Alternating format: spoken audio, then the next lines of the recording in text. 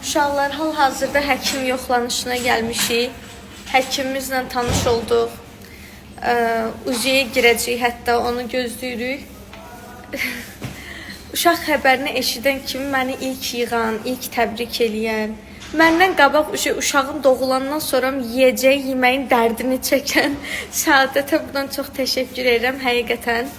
Yəni heç gözləmirdim. Bir də gördüm zəng gəldi. Ay qız, hansı həkimin yanına gedirsən? Mənim yaxşı tanıdığım bir dənə həkim var.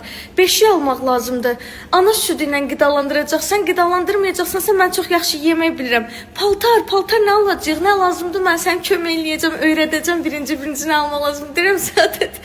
Gözlə bir dəqiqə hələ bismillah. Sən məndən qabaq şey elədin, atlandın söhbətə.